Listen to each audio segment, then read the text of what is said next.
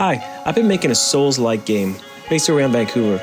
Playing Dark Souls, playing Elden Ring, Hollow Knight. Something I find very fascinating are illusionary walls, little secrets. This wall, for example, you can't go through, but when you hit it, you can go through. Little secrets all around. I added a little smoke effect when you... Nope, not smoke, dust. I added a little dust effect, like when you pop out your skateboard and when you get off the skateboard.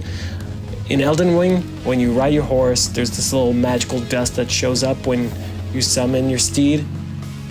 So I was trying to find a way to make that happen without it looking too goofy.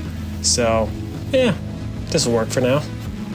Now, talking about goofy, I've been working on this gambling game. I wanted to create this little mini game where you could go give some money, and just like in Yada Yada Story, you give some money and you do the lottery or something, you know? So I wanted to create a little gambling game where you give some money, roll some dice, you versus the dealer. But where is he? That was his table. I have no idea where he went. He's supposed to spawn behind it and just stay idle, hanging out. Maybe drinking a beer. I don't know, just being there. Look at him go. He is not at the table. I wonder where he went. So I'm getting this weird reaction with this NPC just running around, not too sure why.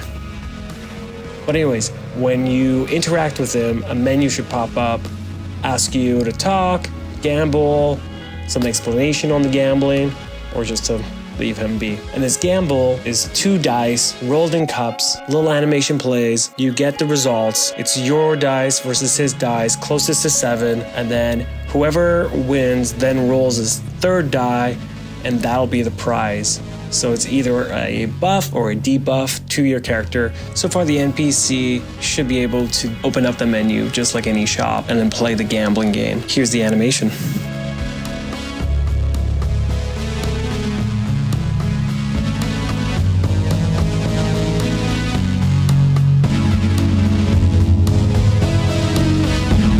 A little gamble.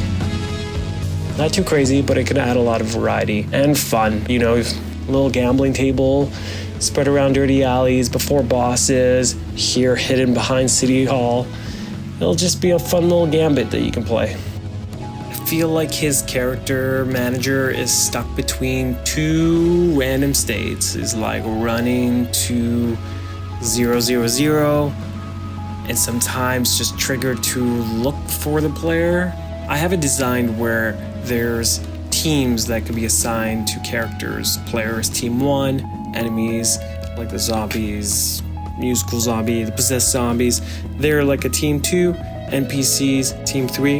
And so team 3 and team 2 can butt heads. Team 3 can be neutral to team 1. And we can add a little variety in there, you know, add more teams. It's all very modular.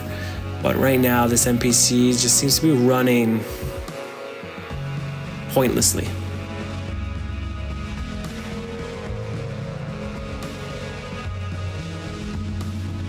And on this week's update, I'm going to keep it pretty short. It's been a busy week with a lot of family emergencies, so I haven't had a lot of time to spend on the game. But I think it's important to showcase, because any progress is good progress. But thank you so much for tuning in. Comment, like, hit subscribe, do a dance.